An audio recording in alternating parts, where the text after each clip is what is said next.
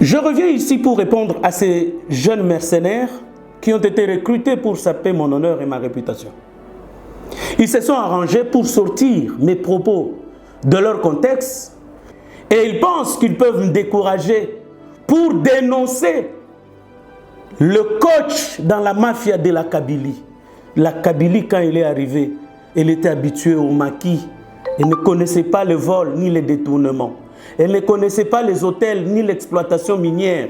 Elle ne connaissait pas les fermes. Et voilà le premier propos sorti de son contexte. Ça révolte lorsque un seul individu pose de telles actions. Et l'État congolais est incapable et pourtant nous avons l'État arable.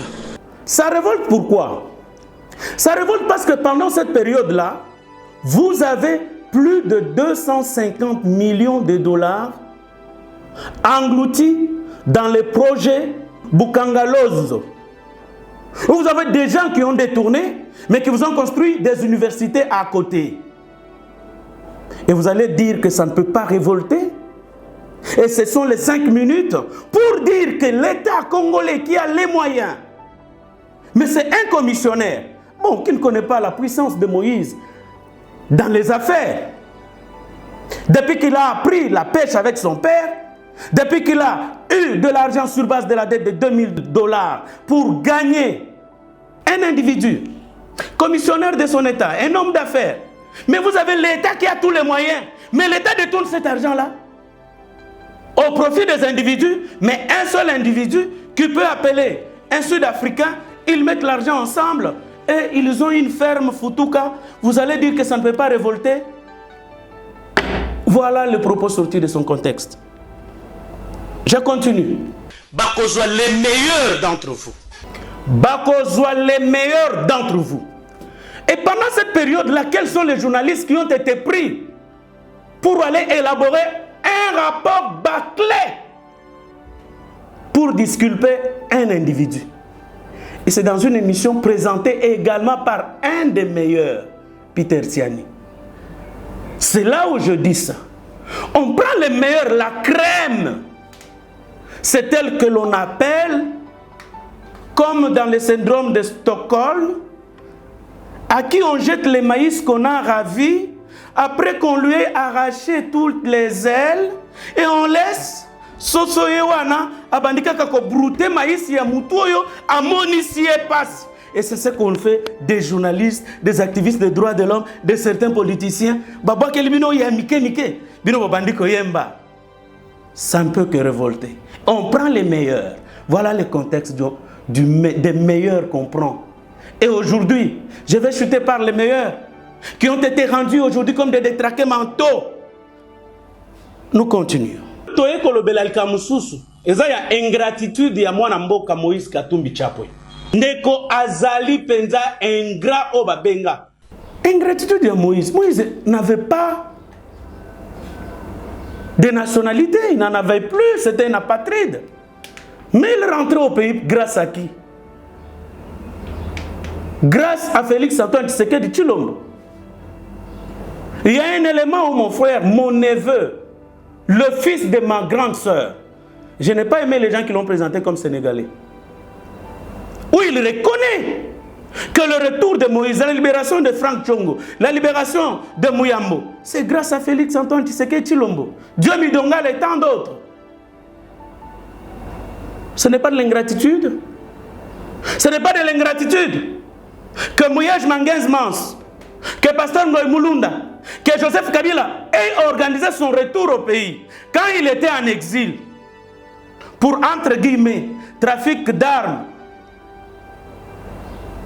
au profit des Rwandais du RCD à l'époque, et que Mouzé Laurent Désiré Kabila a refusé qu'il rentre, mais que Joseph Kabila, Ngoy Mulunda de Parek et Mouyej Mangenz Mans organise votre retour, à peine rentré, oh non, Mouyej veut me tuer.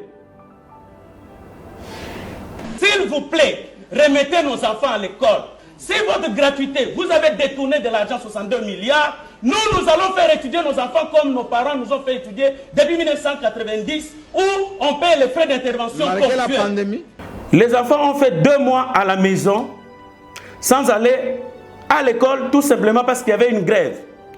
Et cette grève était imputée pendant la période de Covid,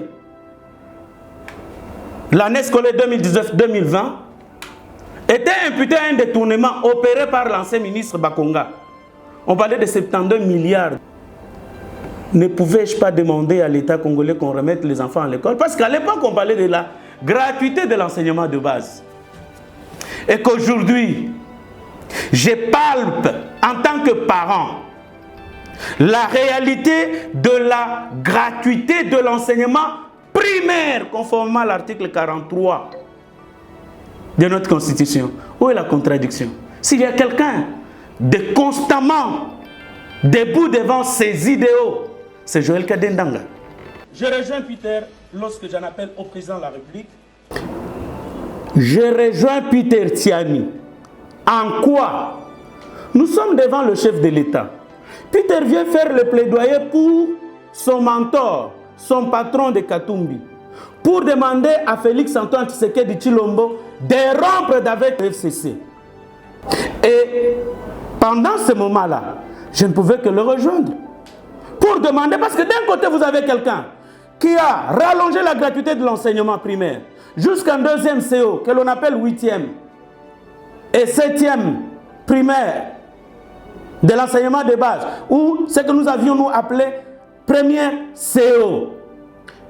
Et cet homme a multiplié agents fictifs, écoles fictives, enseignants fictifs, pour faire gripper la machine. Comment ne pouvais-je pas rejoindre Peter? Quoi qu'il menait un plaidoyer pour un individu. Comment ne pouvais-je pas rejoindre Peter de telle sorte que je demande au président de la République de rompre, et le président de la République a écouté la voix de Peter, qui était la voix de la majorité. Comme Jésus a dit sur la croix que tu seras avec moi au paradis le soir, la semaine prochaine tu es avec moi au Lubumbashi. Je le dis à la télévision. Eric. Comme Jésus a dit, tu seras avec moi au paradis le soir. Une émission s'est déroulée où il y avait Yves Bouya. Je crois à Élysée où il y a quelques personnes, au cours de laquelle on a dénoncé un dossier de Lubumbashi où le gouvernement provincial du Haut-Katanga était interpellé à l'Assemblée provinciale qu'il y avait un détournement. La consoeur Mamina Massengo organise une invitation spéciale cap sur Lubumbashi. Et Peter Tiani me promet qu'il avait été contacté, que nous allons descendre ensemble. C'est comme ça que je vais retourner à Lubumbashi. Pas invité par Katumbi, logé par le gouvernorat de province.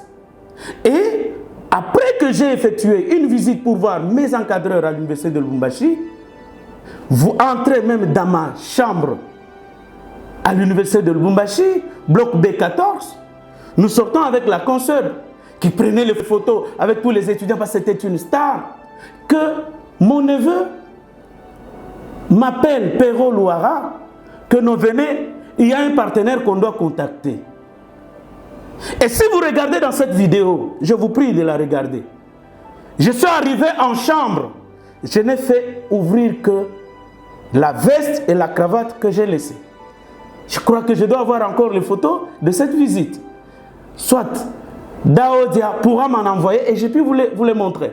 Donc c'est pour vous dire que c'était quelque chose de non préparé. Mais quand vous regardez celui qui a commandité ce reportage, bon, moi je comprends les amis. Ils sont dans un système de mercenariat.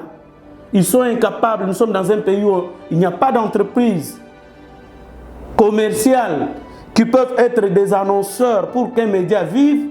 Alors la plupart de personnes qui ne peuvent pas être consultées politiquement comme moi, en ma qualité d'internationaliste, de politologue, de juristes, d'experts en communication et en information, ils ne peuvent pas être consultés. Et voilà pourquoi ils sont dans le mercenariat. Bienvenue à Futuka avec notre ami Joël Cadet qui improvise un coup de gueule. Mon ami. Vous avez vu la dernière fois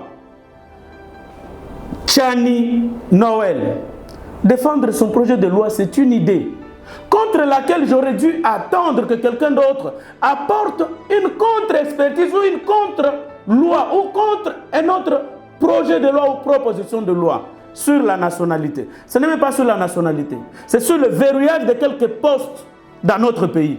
Mais voyons, on va ramasser Samakangu, je ne sais où, pour venir s'attaquer à sa vie privée. J'ai vu des gens, au lieu de répondre à ce que dénonçait Kadiombo, paix à son âme, on commence à fouiller dans la vie privée de Kadiombo. En tout cas, croyez-moi, vous pourriez avoir aussi ma vie privée bientôt.